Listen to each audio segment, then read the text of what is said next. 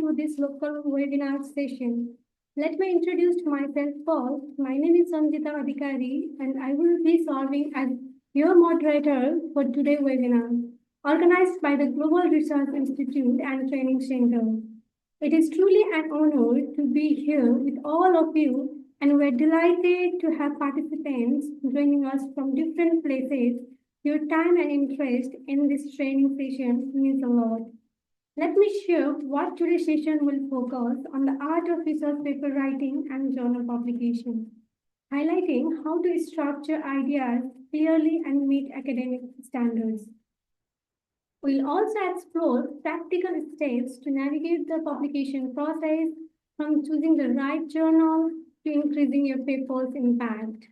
Before we move forward, let's take a moment, look at the brief presentation which reflects our vision and the work we are doing together. Global Research Institute and Training Center is an independent institution established in 2023 with a commitment to advancing research, providing specialized training, and publishing high-quality academic journals. Dedicated to fostering academic excellence and the knowledge dissemination, GRID conducts research projects through an in-house team and in collaboration with universities and research institutions worldwide.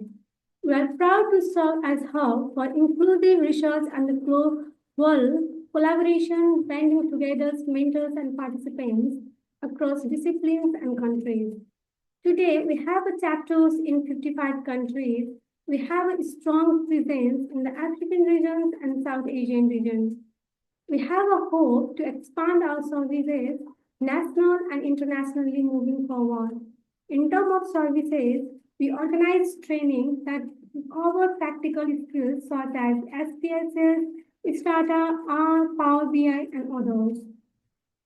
Training are also provided on writing strong research papers using AI in research effectively and ethically, and project monitoring and evaluation.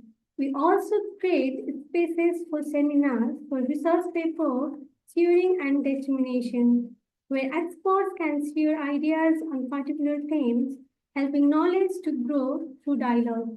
Every month, we also host this kind of webinar in research skills, such as the one we are having today, also in local language, led by our international members so that our community members get benefit from diverse perspectives and global expertise. Beyond training grids, offer publication strategy support. We help researchers convert into manuscript, into articles, and select the right journal and refine their work through the editing and proofreading. Finally, it also provides mentorship support. We guide researchers in their paperwork from choosing the topic to structuring their work through publication. Alongside of our training and mentorship program, it also contributes to academic publishing through two journals. The first one is Journal of Sustainability and Environmental Management. In short, we say JOSEM. This is a quarterly peer-reviewed and open access journal that publishes research papers, reviews, case studies, technical notes, and the short communication in different fields of environmental science and sustainable practices. Second, the Journal of Multidisciplinary Research Advancement. In short, we say JOMRA. This is a semi-annual peer-reviewed and open access. JOMRA journal publishes contributes from a diverse range of disciplines, supporting interdisciplinary dialogue and collaboration that can drive innovation and impact. JOSEM and JOMRA reflect high-quality academic journals behind GRID programs and journals. It is a commitment team that makes everything possible. Our Nepal-based team present here today. This event will not be possible without their collective efforts. Additionally, the International Journal Board members of different GRID chapters are vital to maintaining global dialogue, hosting seminars, conferences, and webinars. It is the spirit that here today we are together for this webinar, and today's session builds on the great mission of connecting research, sharing knowledge, and strengthening academic practices.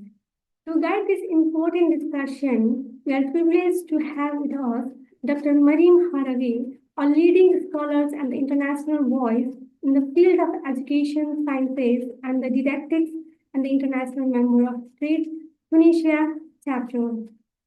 With a PhD in didactics of physical and the technical sciences and nearly 2 decades of experiences, Dr. Haravi has established herself at the intersection of pedagogy, research policy, and innovation. Her career reflects a real blend of academic rigor and the practical impact, advancing both the theory and application of STEM education across diverse contexts. Currently serving as head of the Multilateral Scientific Partnership Service at Tunisia Ministry of Higher Education and the Scientific Research. Dr. Haravi oversees international collaboration and EU-funded initiatives that strengthens global research networks. Alongside her leadership role, she teaches at the University of Carthage, where she inspires graduate students in quality management, intellectual property, and technology transfer. Her contribution extends beyond the classroom, as she is the founding member and the treasurer of the Tunisian Association for Education, Science, Didactics, and the Technology, and frequent invited speakers at prestigious international conferences. Dr. Haravi's research and publication illuminate critical themes in higher education, from pedagogical innovation and design thinking to the ethical integration of technology and the evolving framework of Education 5.0. Her work exemplifies the power of knowledge to shape practices and policy, and her voice continues to resonate across continents.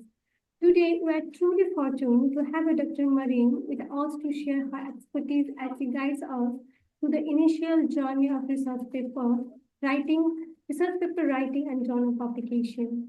Please join me in extending a warm and enthusiastic welcome to Dr. Marine Haravi. At this point, I would like to hand the session over to Dr. Marine, since the session will be conducted in French language. The QA segment will also be handled by the mentor. I will rejoin at the end of the session. Dr. Marine, now the floor is yours. Thank you very much, dear Sangeeta, for this warm introduction. I think I will start by sharing my presentation, and we will switch in French for this session. Thank you very much. And if can I start? It's okay.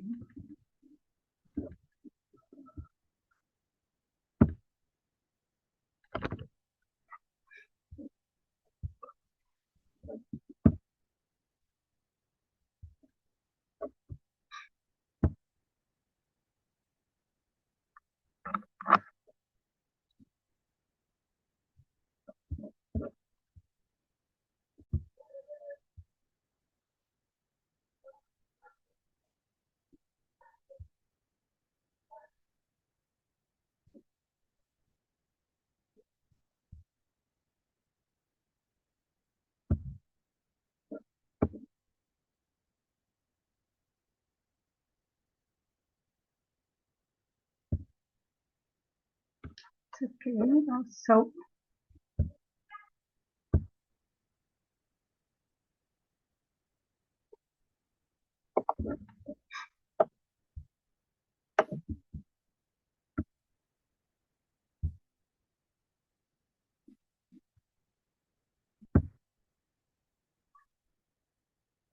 bonjour à toutes et à tous. Donc, je vous remercie de votre présence aujourd'hui. Donc, nous allons aborder ensemble les fondamentaux de la rédaction scientifique et les stratégies pour publier vos travaux avec succès. Donc, avant d'entrer dans le contenu proprement dit, il est important de clarifier les objectifs ou bien l'ensemble, ce que vous allez concrètement retirer de cette formation, bien, de cette session. Donc, est-ce que... Voilà, les objectifs d'aujourd'hui, c'est de comprendre la structure attendue d'un article scientifique, de maîtriser le style académique et l'argumentation scientifique, choisir une revue adaptée à sa recherche et savoir interagir avec les reviewers ou les relecteurs. Donc, une fois les objectifs posés, donc revenons à la question la plus fondamentale que l'on ne se pose pas toujours explicitement, pourquoi publier? Pourquoi publier un article scientifique?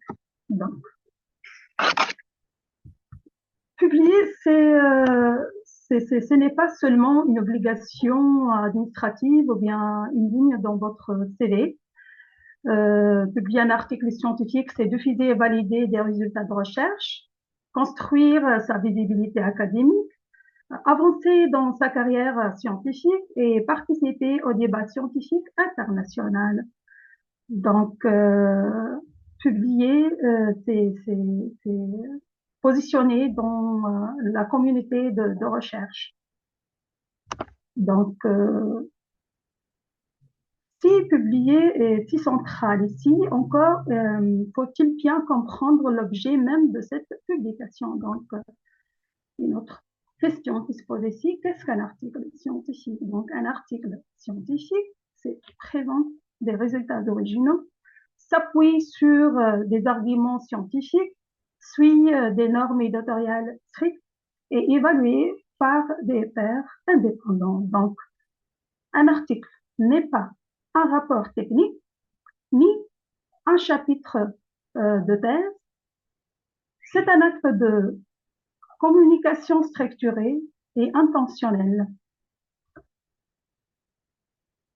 Votre public n'est pas votre directeur de thèse qui va vous orienter, vous aider vers un schéma, vers le schéma de la science, etc. Mais c'est une communauté d'experts internationaux et souvent critiques. Vous devez alors les convaincre en quelques pages de la rigueur et de l'intérêt de votre travail. Donc voilà ce que le revue attend réellement d'un chercheur. En premier lieu, une contribution scientifique claire, une méthodologie rigoureuse, un argumentaire cohérent et un texte lisible et structuré. Donc, pour répondre à cet objectif de la communauté, ou bien pour définir un chercheur avec des communications scientifiques efficaces, la communauté a progressivement convergé vers une structure standardisée, la structure IMRAD. Donc, IMRAD, ce n'est pas une coquille vide, c'est le scénario logique de tout lecteur, expert. S'attend à suivre, c'est le fil rouge qui guide votre lecteur de la question vers la réponse. Donc, la structure IMRAD, I, c'est l'introduction, poser le problème, pourquoi cette recherche? M, c'est la méthode ou bien la méthodologie, démontrer ici la rigueur, comment l'étude a été menée. R, résultat, présenter les données. Que montrent les données? Discussion, le D, interpréter et situer. Donc ici, que signifient ces résultats? D'accord, donc on va passer pour montrer la première brique de cette structure, c'est l'introduction. Donc, et l'introduction est sans doute, c'est la partie la plus stratégique de tout article. Donc, voilà les composantes d'une bonne introduction.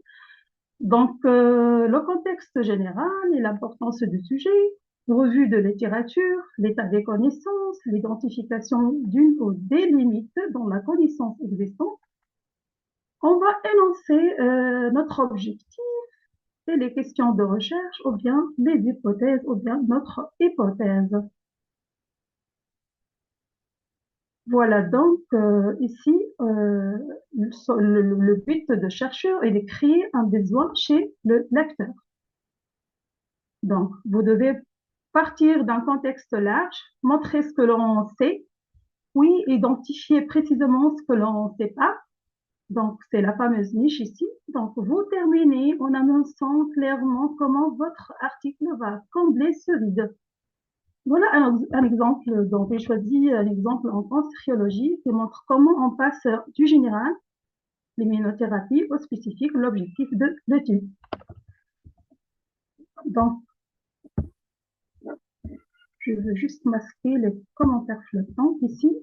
Donc, l'immunothérapie a révolutionné le traitement du mélanome, c'est le contexte général. Cependant, plus de 50% des patients ne répondent pas à long terme. Voilà une limite identifiée ici. Donc, des études précliniques suggèrent que les microbiotes intestinales euh, pourraient moduler cette réponse. Donc, ici, une connaissance récente, bien des connaissances récentes. Donc, l'objectif de cette étude est d'évaluer l'impact d'une supplémentation probiotique sur l'efficacité de l'immunothérapie anti-PD1 chez les patients atteints des mélanomes avancés. Donc, ici, c'est l'objectif de la présente étude. Donc, une fois la question de recherche clairement posée dans la partie introduction, donc le lecteur se demande immédiatement comment les auteurs s'ils ont-ils pris pour y répondre à cette question. Donc, la fameuse partie, c'est la méthodologie.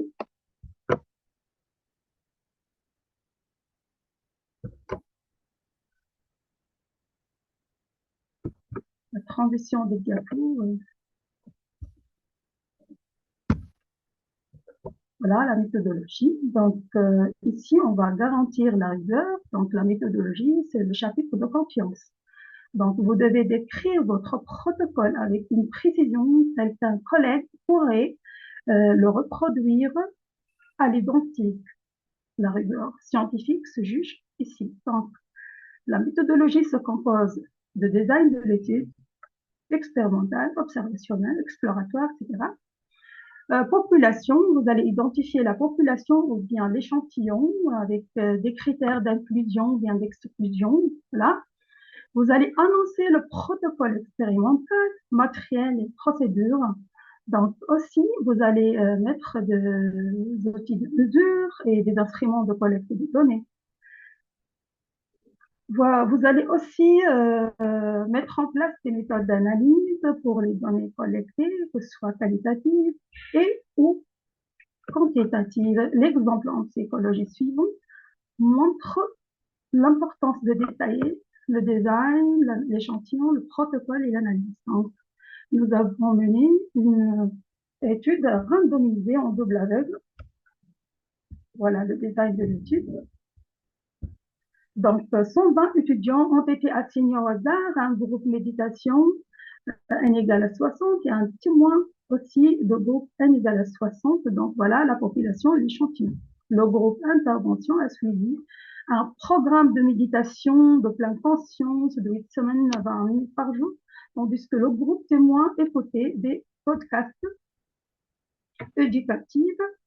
Donc, nous sommes devant maintenant le protocole choisi par le chercheur. Le niveau de stress a été mesuré par l'échelle PSSM avant et après l'intervention. C'est l'outil de mesure. Donc, les différences entre groupes ont été analysées par le test T de Student. Voilà l'outil d'analyse ou bien la méthode d'analyse choisie par le chercheur.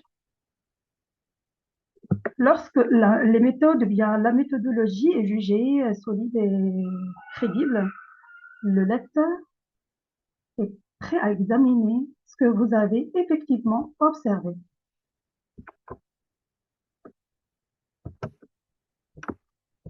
Passons à la partie résultat de la structure empreinte. En attente de la transition de diapo vers suivant.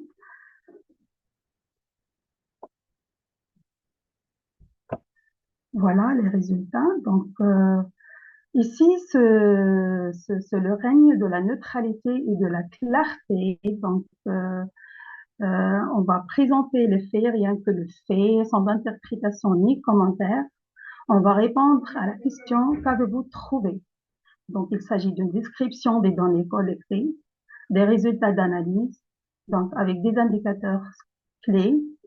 On va insérer nos tableaux et nos figures claires et autonomes, avec des légendes explicites, bien sûr. Donc, voilà l'exemple, un petit exemple en économie, donc, qui montre, voilà, qui présente une corrélation et des pourcentages de manière standardisée et avec des indicateurs statistiques essentiels, valeurs P, par exemple, les intervalles de confiance, etc. Passons maintenant à la dernière partie de la structure IMAD. Donc, les résultats seuls ne suffisent cependant pas encore. Faut-il leur donner du sens, donc, et le replacer dans le paysage scientifique existant. Donc, vraiment, la discussion sur le chapitre de l'intelligence. Vous reprenez vos résultats pour leur donner du sens et vous les confrontez à la littérature.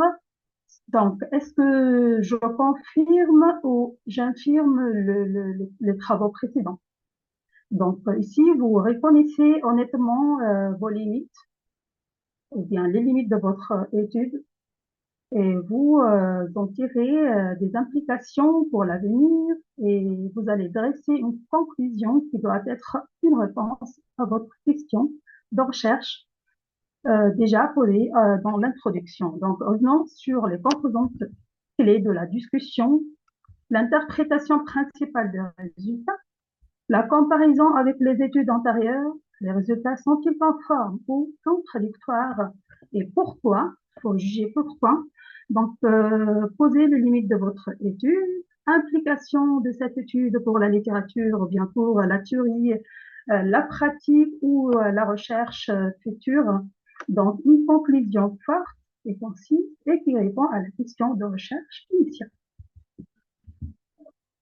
Donc, en prenant ici un exemple dans les sciences de l'homme,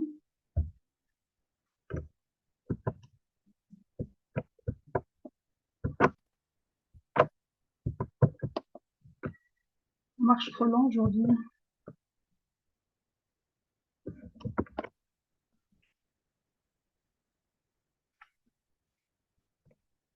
Voilà, est-ce que c'est affiché? Pas encore affiché ici.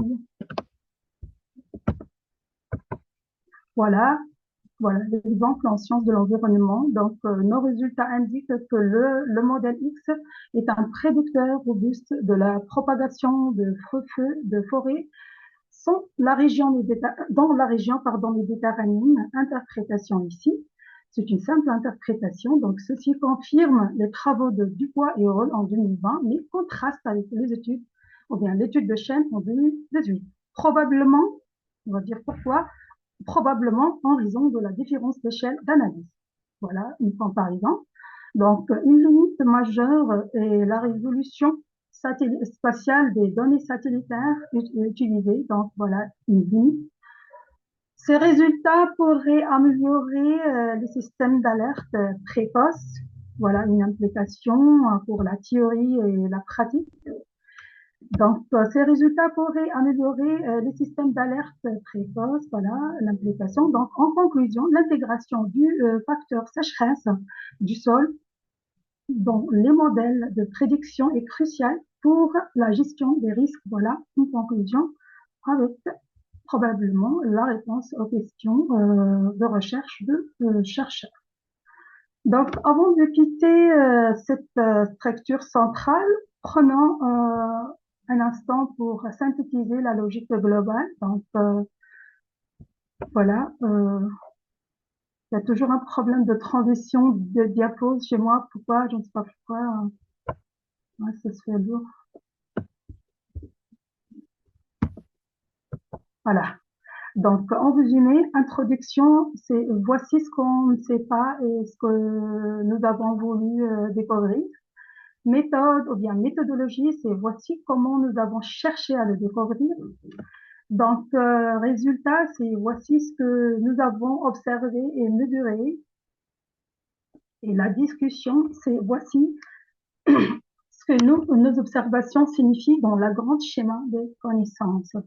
Donc, bien entendu, que cette structure n'est pas appliquée de manière identique dans toutes les disciplines, donc en particulier en sciences humaines et sociales. Donc là, la variante, ou bien une variante disciplinaire. Donc en sciences humaines et sociales, la structure IMRAT s'adapte pour intégrer une dimension théorique et une réflexivité propre à ces disciplines. Introduction, cadre théorique, méthodologie, résultats et discussion. Donc, cela distingue clairement les fondements conceptuels de la démarche scientifique empirique, empirique, soulignant l'importance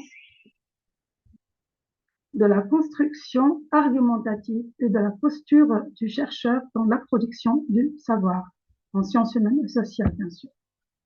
Donc, quelle que soit la structure adoptée, elle ne sera efficace que si elle est portée par un style d'écriture approprié. Donc, une bonne structure doit être portée par un style adapté. Donc, le style académique privilégie la clarté, la concision et la précision. Clarté, concision et précision. Donc, éviter les phrases longues et littéraires. Utiliser des paragraphes courts et des connecteurs logiques comme cependant, par conséquent, etc. Choisissez des verbes d'action précis, donc examiner, démontrer, suggérer et d'autres.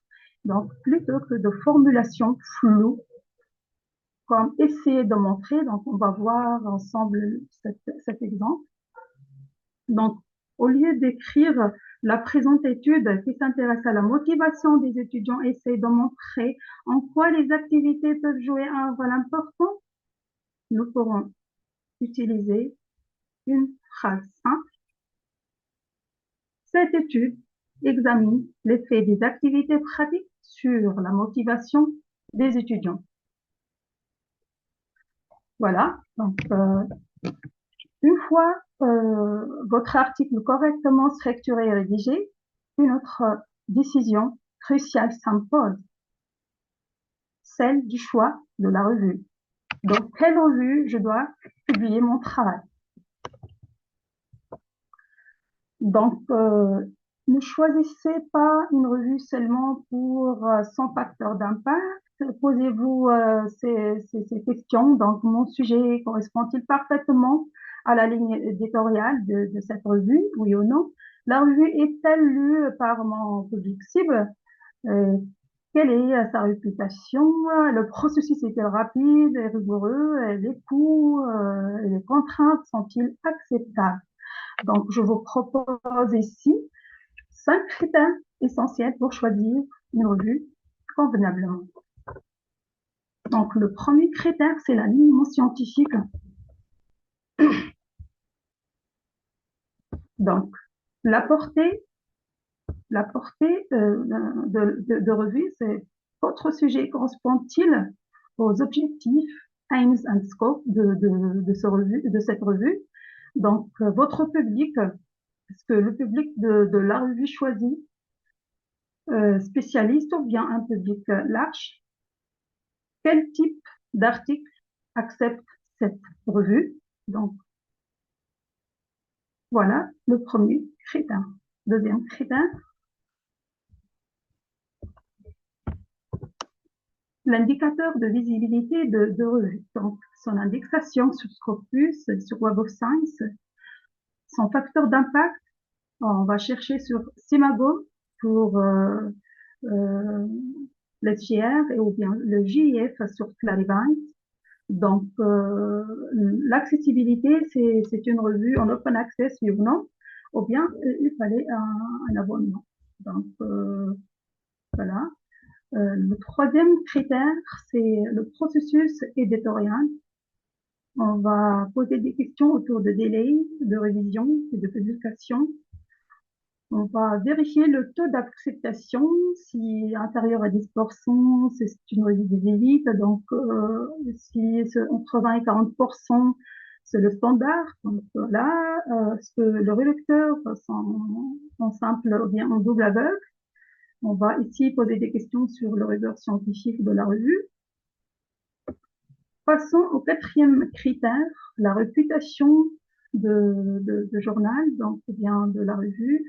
Donc, on va poser des questions autour des éditeurs. Quelle maison? Donc, c'est une maison reconnue, ou bien un éditeur prédateur. Le comité éditorial aussi, on va poser des questions autour de cela. Donc, elles sont des experts de renom dans votre domaine ou non. La perception aussi, c'est comment est-elle vue par vos pairs, notamment les seniors de votre discipline. Nous arrivons au cinquième critère, les aspects pratiques.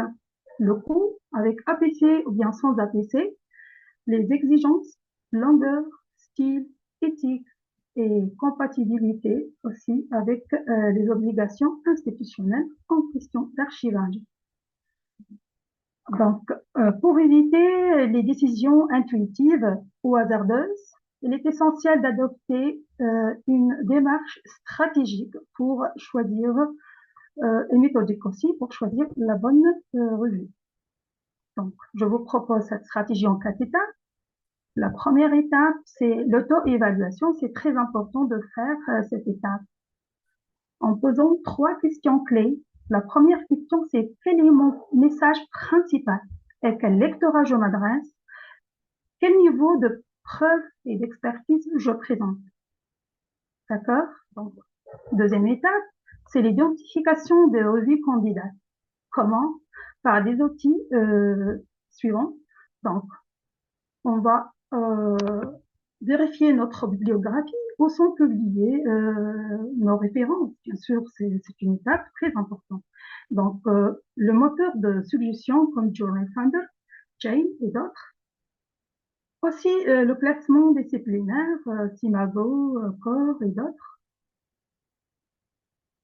Une fois nous avons identifié les revues candidates pour publier notre travail, on va passer à l'étape 3, c'est l'hierarchisation.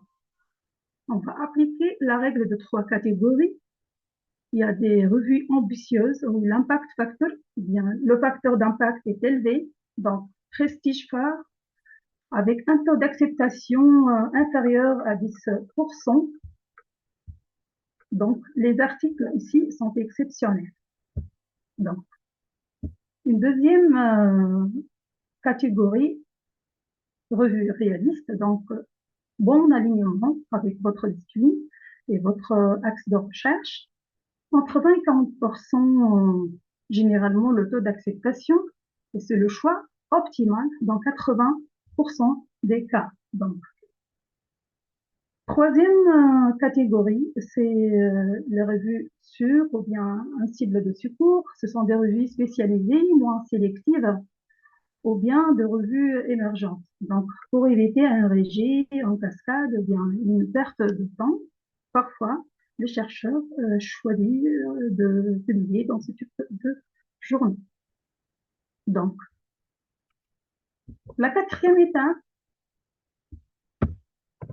voilà, la vérification finale. On va mettre en place un checklist avant de soumettre. Donc, on va lire les derniers numéros, 2 à 3 articles de la revue choisie. Donc, on va adapter le manuscrit au format exigé par la revue. On va vérifier l'absence de conflit d'intérêt très important ici avec le comité éditorial de la revue.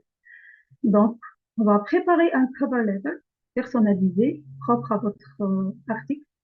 Et cinquièmement, vous allez identifier la revue suivante en cas de revue et c'est un point très important aussi. Donc, La règle d'or ici, c'est privilégier la pertinence, l'alignement scientifique avant le prestige.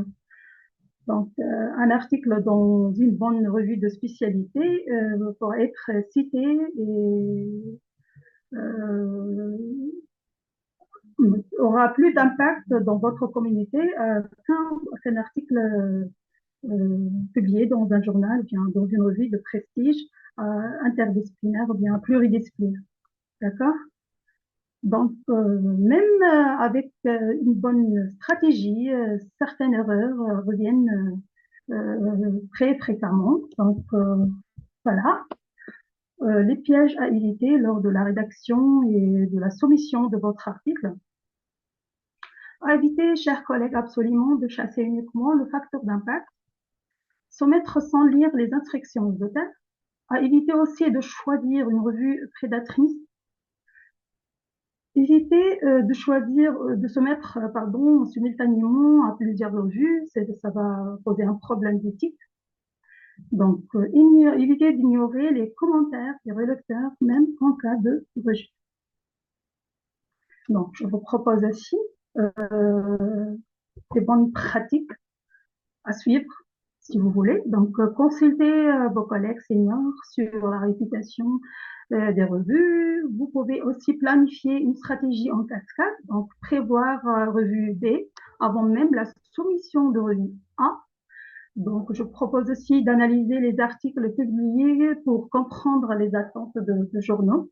Donc, vous pouvez aussi considérer l'open access si requis par votre institution pour les citations par vos pairs et la visibilité de vos travaux dans la communauté scientifique. Donc, je vous conseille aussi d'adapter convenablement votre article pour chaque revue cible. Une fois l'article soumis, commence alors une phase souvent source de stress pour le chercheur. Donc, c'est le processus d'évaluation par les pairs. Donc, on va voir ensemble. Donc, ce processus, donc, soyez patient. Le processus dure en moyenne de à 6 mois. Donc, entre la soumission, l'évaluation par les pairs et la décision finale, que ce soit accepté, ou bien une demande de révision mineure, ou bien majeure, ou bien le rejet. Donc, dans la majorité des cas, cette évaluation conduit à des demandes de modification et la manière dont vous y répondre est déterminante. Donc, si vous recevez des demandes de modification ou bien des révisions immédiates, considérez cela comme une chance, d'accord? Pas comme des critiques. Donc, répondez systématiquement avec politesse et professionnalisme, point par point, en justifiant chaque modification. Donc, un document, c'est très important d'insérer un document de réponse au relecteur, donc, qui fait influence considérablement la décision finale des relecteurs. Donc, généralement, ce document se compose d'un tableau avec deux colonnes, une colonne consacrée aux commentaires des relecteurs et une colonne pour les réponses. Donc, les modifications, il faut indiquer dans quelle section, bien sous-section vous avez abordé les modifications.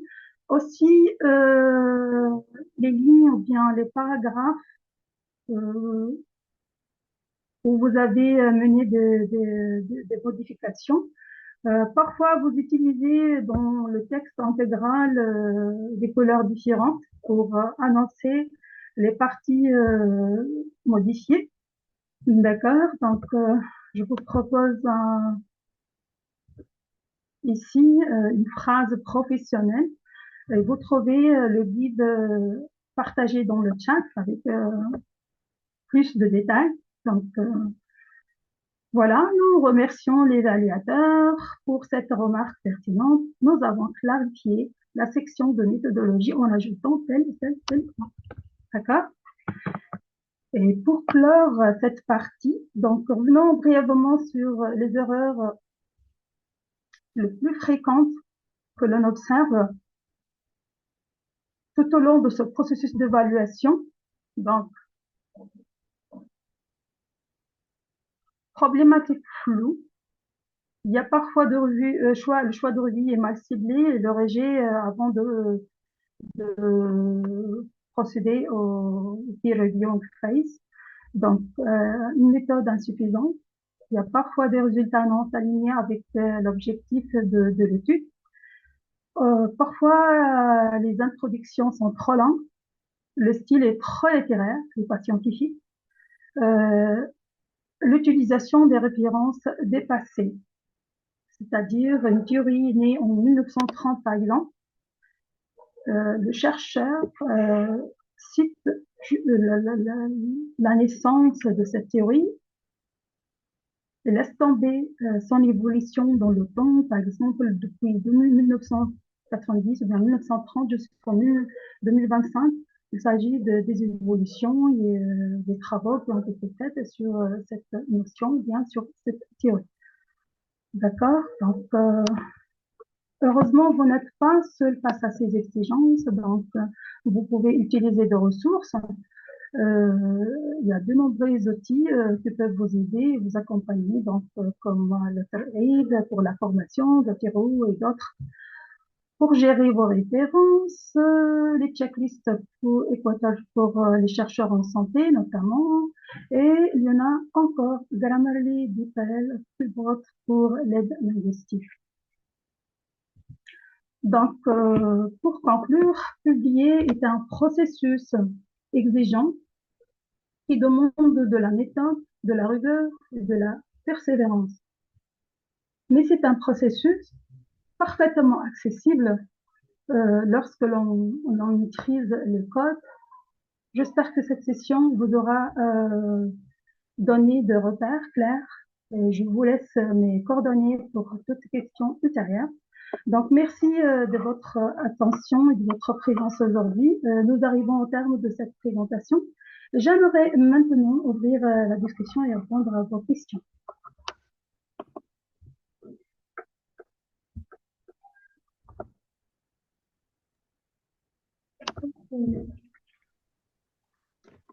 Okay, sorry for interruption in the middle. Okay, everyone, hope you enjoyed the session. And I would like to request all the participants to drop your review to receive the certificate. Please use the link provided in the chat box to submit your review. And once that's done, you will receive the certificate. So now we'll go to the QA round. And if you have any queries, please drop into the chat box or you can unmute yourself to share. So again, Dr. Marim, I would like to hand over again for this Q&A segment part also. Okay, the floor is yours.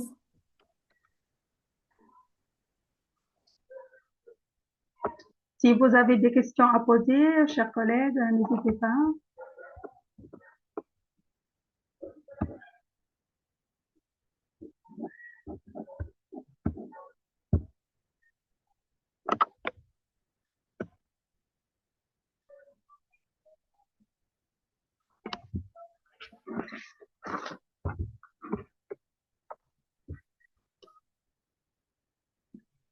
Donc, Asmi, je vais afficher, voilà. Donc, Allô? oui. Oui, bonjour. Je m'appelle Bonjour, madame. Oui, bonjour, monsieur. Je m'appelle Nancy Yoloma Ruth. Je suis au Cameroun. Mhm. Ma préoccupation, je ne sais pas, pendant la collecte des données, ou comment exactement, à quel moment faire entrer ces collectes dans un article. C'est déjà ma première préoccupation. Et la deuxième, est-ce que ça sera possible que nous, les participants, que nous puissions avoir votre présentation pour que ça nous aide même après pour repasser dessus et étudier pour même garder quelques notions. Merci beaucoup. Donc, merci. Donc, comment collecter les données à propos de votre recherche? Donc, C'est quoi votre domaine, s'il vous plaît? Je suis ingénieur agronome, agriculture, Agron- Agriculture. environnement, Donc, changement climatique. Oui. donc, votre problématique repose sur quoi exactement pour vous orienter vers la méthode de collecte?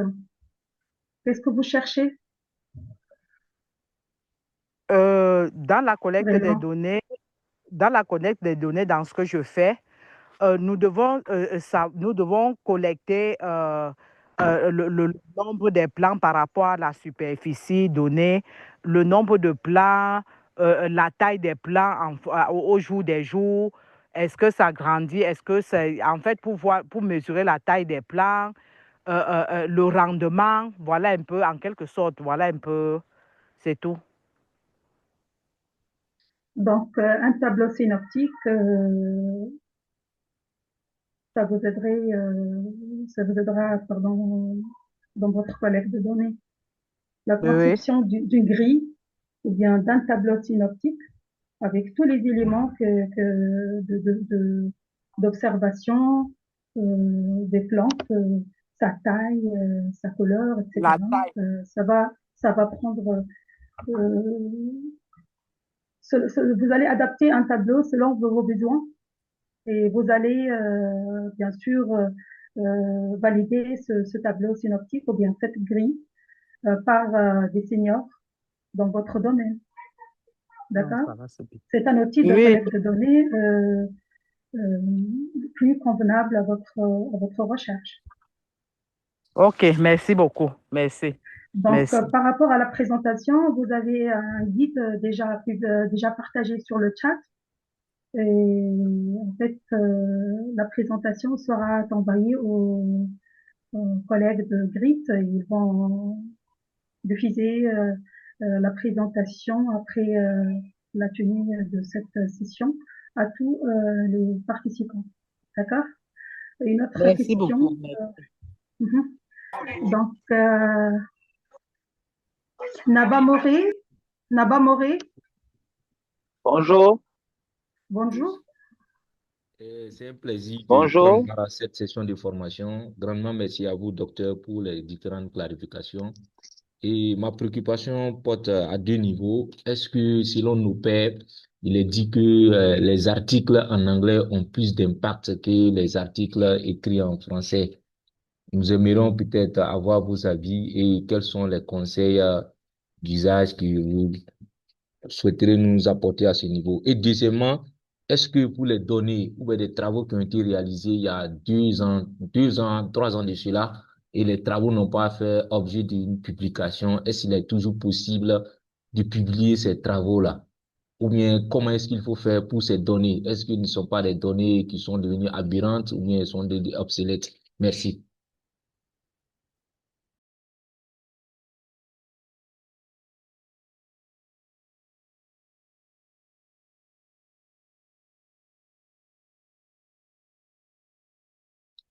Allô?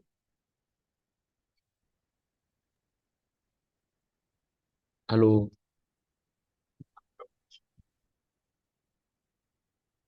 Allô?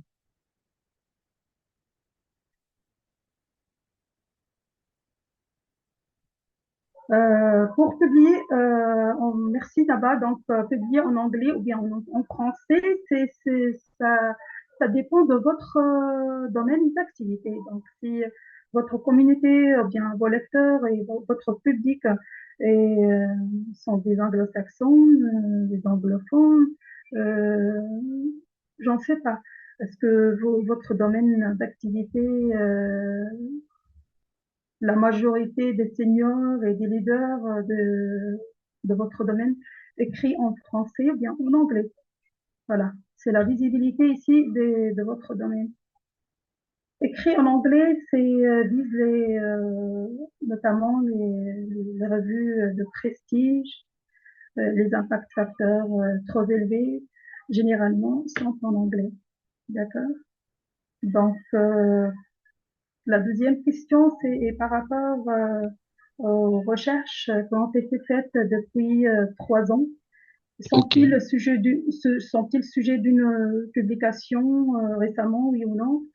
Oui, bon, ce sont des activités de recherche, mais OK, il faut faire une veille scientifique.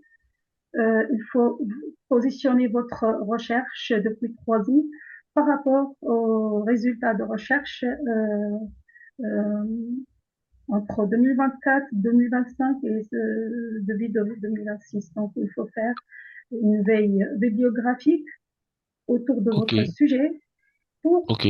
savoir comment vous allez présenter vos recherches à la communauté scientifique. D'accord? Donc, C'est merci. compris. Merci bien. D'accord? Merci. Merci. Merci, c'est Euh, bien. je, d'accord, merci à vous. Donc, je passe à Ali Karama. Ali, Madame, oui, et allô? oui, allô, votre question, s'il Bonjour, vous madame. plaît. Bonjour, Merci bien pour votre présentation.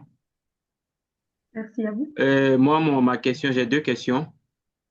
Mhm, Et la première, c'est comment, puisque dans votre présentation, j'ai vu que vous avez mis des références bibliographiques et lorsque vous citez un auteur, mais je n'ai pas vu la pagination. Est-ce que dans le cadre de la publication scientifique, il faut faire fi de la pagination ou il faut considérer cela pour la visibilité? Et dans un second temps, par mhm, exemple, dans le, la recherche mixte, dans la mhm. recherche mixte, est-ce qu'il faut euh, mettre les résultats quali avant de mettre les résultats quanti ou il faut les dissocier? D'accord. Voilà, Donc, ce sont mes questions qui sont là. d'accord. Donc, si par rapport à la pagination dans la bibliographie ou bien pour citer, donc si vous allez citer un mot ou bien une phrase telle quelle d'un Oui. article scientifique, il faut mettre la Mhm. pagination. D'accord? Si D'accord. vous allez modifier la citation et vous allez garder Mhm. l'idée de chercheur, vous allez citer comme la manière dont D'accord. vous avez déjà vu dans le grand. D'accord? D'accord. Donc, par rapport à la structuration des résultats dans Mhm. l'approche méthodologique mixte, donc vous allez Oui. dresser euh, sous-chapitre pour vos résultats quantitatifs et Mhm. une sous-section pour vos résultats qualitatifs, bien sûr. Il faut séparer chaque résultat de l'autre. Mhm. Donc, qu'est-ce que vous avez observé en quanti et qu'est-ce que vous avez Mhm. observé en quali. D'accord? D'accord. Donc, Merci la bien. partie discussion, vous pouvez, dans la discussion, faire l'interprétation mixte. D'accord? On passe à D'accord. une autre question, merci. Il y a Najet. Najet, Bonjour. bonjour. Bonjour. Alors, merci à vous pour votre présentation. Je m'appelle Najat Kahwesh et je suis donc doctorante à l'Université de Carthage. Et j'ai une question très rapide à vous poser, s'il vous plaît, concernant donc les stratégies de rédaction. Si, par exemple, on propose dans notre thèse ou dans notre mémoire de nouveaux concepts, par exemple des concepts auxquels on est arrivé à la fin de notre recherche, comment présenter donc justement ces nouveaux concepts ou alors, quelle serait peut-être notre façon de questionner des théories antérieures, tout en restant dans une logique de continuité scientifique et de modestie argumentative. C'est-à-dire ici, comment présenter de nouvelles choses avec donc notre statut de nouveau chercheur, tout en restant dans une posture modeste, pas trop arrogante, mais justement en avançant de nouveaux concepts. Voilà ma question. D'accord, merci Najet. Donc, pour les nouveaux concepts, c'est une question très bonne question aussi. Donc, pour les nouveaux concepts, il faut prendre votre temps pour décrire votre concept. Donc, il faut décrire d'une manière claire, positionner votre nouveau concept par rapport au concept existant. Il faut donner de la valeur pour votre contexte. D'accord? Détaillez bien D'accord. votre contexte parce que vous serez l'exemple pour d'autres chercheurs. Ils vont tester ce nouveau concept. D'accord? Donc, il faut D'accord. être Donc, si précis. j'ai une nouvelle méthodologie de calcul, si j'ai une nouvelle méthodologie de structuration de ce contexte, ce n'est pas grave si je l'avance d'une façon détaillée donc à la fin. Il n'y a pas de problème. Ça ne va pas être Il y donc a pas, mal vu. non, c'est pas mal vu. C'est conseillé, par contre. D'accord? D'accord. Merci beaucoup. Merci pour votre Merci à réponse. vous. Merci. Lavoisier, je pense, et après Rachid. Lavoisier, bonjour. Merci beaucoup. Oui, bonjour. Merci Bonjour. beaucoup pour la parole accordée et aussi pour cette belle présentation. Alors, je suis étudiant en fin de cycle de master en sécurité sanitaire des aliments à l'université Nazi Boni du Burkina Faso. Alors, ma préoccupation donc est la suivante. J'aimerais savoir comment pouvons-nous renforcer en fait la discussion scientifique, voilà, des données, bien sûr, que nous avons en vue d'une publication, lorsque ces résultats-là confirment en fait des études déjà existantes. Faut dire que j'ai travaillé en fait sur des aspects liés aux pratiques d'utilisation des pesticides en production maraîchère, voilà.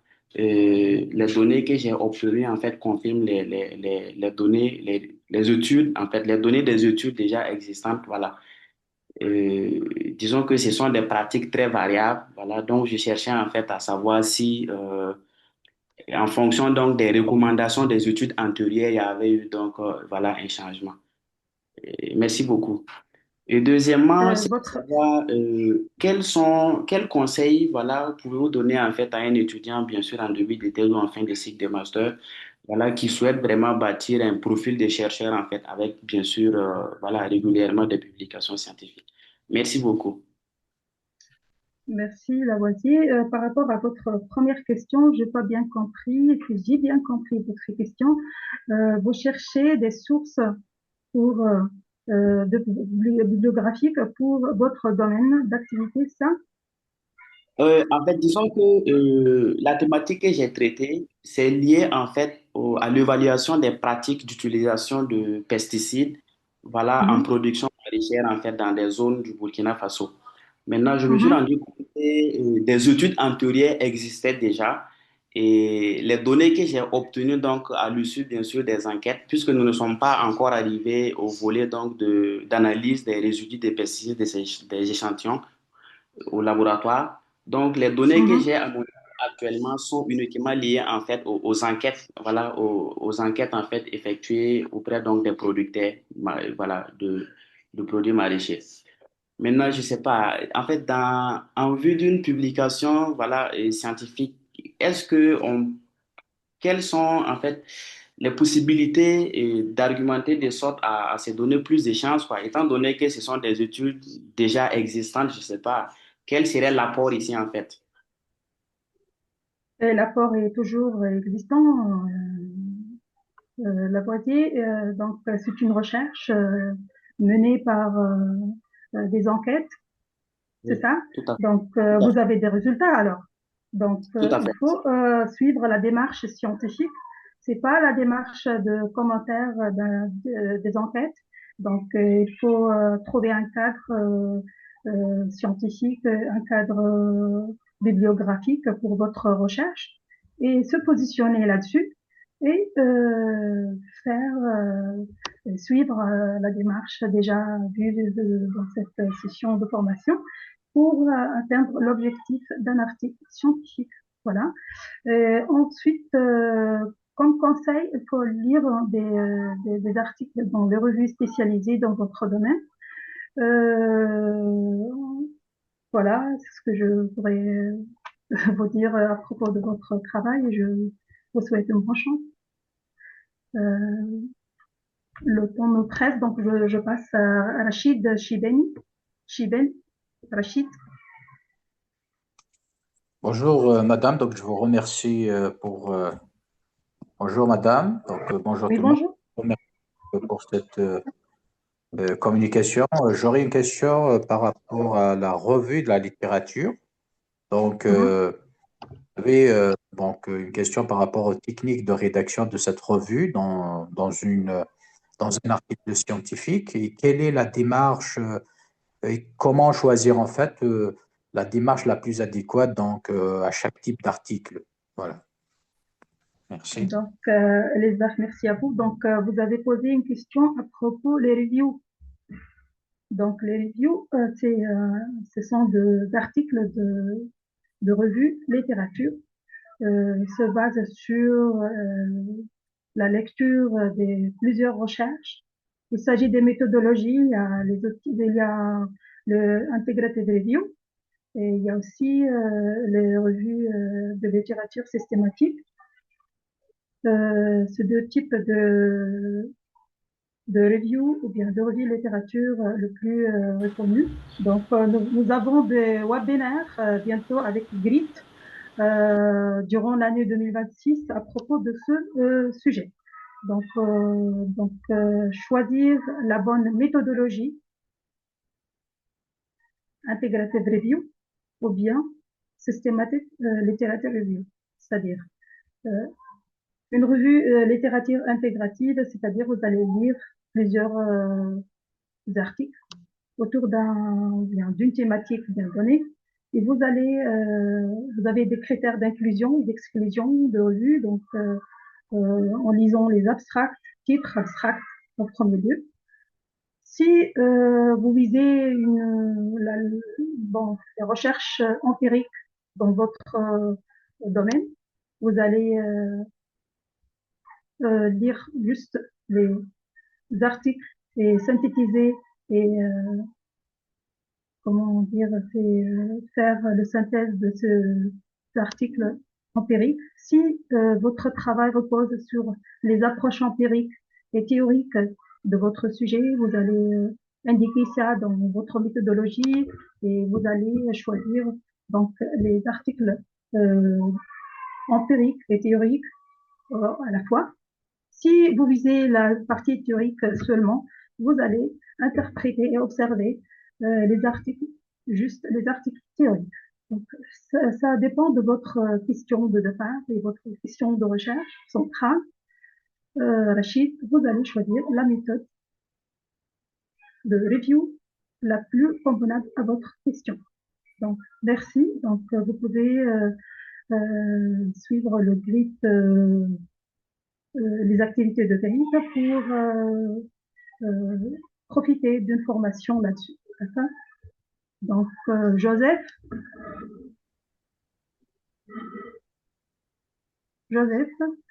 à vous la parole.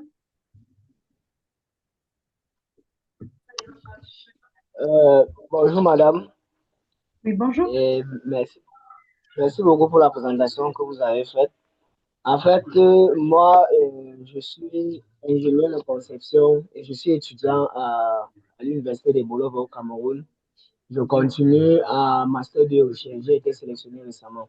Donc, pour le thème, par exemple, j'ai une difficulté actuellement. Je suis en train de travailler. Mon thème de mémoire, quand j'ai soutenu mon mémoire de fin d'études, ingénieur de conception en hydraulique, j'ai travaillé sur mon mathématique était sur l'analyse de la durabilité des services d'eau d'hygiène et d'assainissement en milieu scolaire. Bon, après avoir soutenu, j'ai donc décidé de rédiger un article dessus. Ma question était donc de savoir, lorsque nous avons travaillé pendant le mémoire, on a utilisé le style de référence qu'on nous imposait selon le canevas était le style IEE. Est-il possible de changer le style de référence lorsqu'on rédige déjà, par exemple, l'article? Ça, c'est de 1. Bon, maintenant, de 2, par exemple, dans la partie matériel et méthode, est-ce que quand on fait la présentation de la zone d'étude, la collecte de données, le traitement de données, est-ce que dans cette partie-là, on doit forcément mettre les références bibliographiques partout? Si par exemple, dans la zone d'étude, on n'a pas de référence, qu'est-ce qu'on peut faire? Et maintenant, troisièmement, s'il vous plaît, dites-moi un peu, quand on décide de travailler, nous sommes par exemple en 2026, quand je travaille je fais des recherches, quelle est l'année conseillée? Est-ce que je peux prendre les articles peut-être de 2010 ou bien c'est à partir de quelle année? Est-ce que vous pouvez me conseiller par exemple, madame? D'accord, vous êtes ingénieur, c'est ça? Madame. Vous êtes ingénieur, donc la conception des travaux expérimentaux dans la recherche appliquée ou bien dans les disciplines techniques comme les sciences des ingénieurs, un peu différent de recherche fondamentale, bien sûr, ou bien la recherche appliquée. Donc, si votre travail existe dans la littérature, bien, vous allez chercher sur Google Scholar, par exemple, en premier lieu, avec des mots-clés, les mots-clés de votre étude. Donc, si je suis sûre que vous allez trouver d'autres articles portent sur le sujet que vous avez mené dans votre mémoire de fin d'études d'ingénieur. Donc, c'est ça. Donc, la structure d'un article, comme vous avez vu, n'est plus une mémoire de fin d'études ou bien une thèse. Donc, un mémoire de fin d'études, il y a une partie il n'y a pas généralement des parties bibliographiques, notamment pour assez développées pour les disciplines des ingénieurs, par exemple. Par contre, les masters de recherche ne reposent plus sur cet aspect de rédaction, donc d'une partie bibliographique autour de sujets de recherche. Par contre, les ingénieurs, pas trop développé cette partie, ça reste parfois un choix. Donc, pour bien vous orienter, pour pouvoir mettre en place un article à partir de vos travaux de recherche dans votre mémoire de PFE des études d'ingénieur, vous pouvez poser une question dans Google Scholar en mettant des mots-clés clairs sur les résultats de recherche que vous avez trouvés.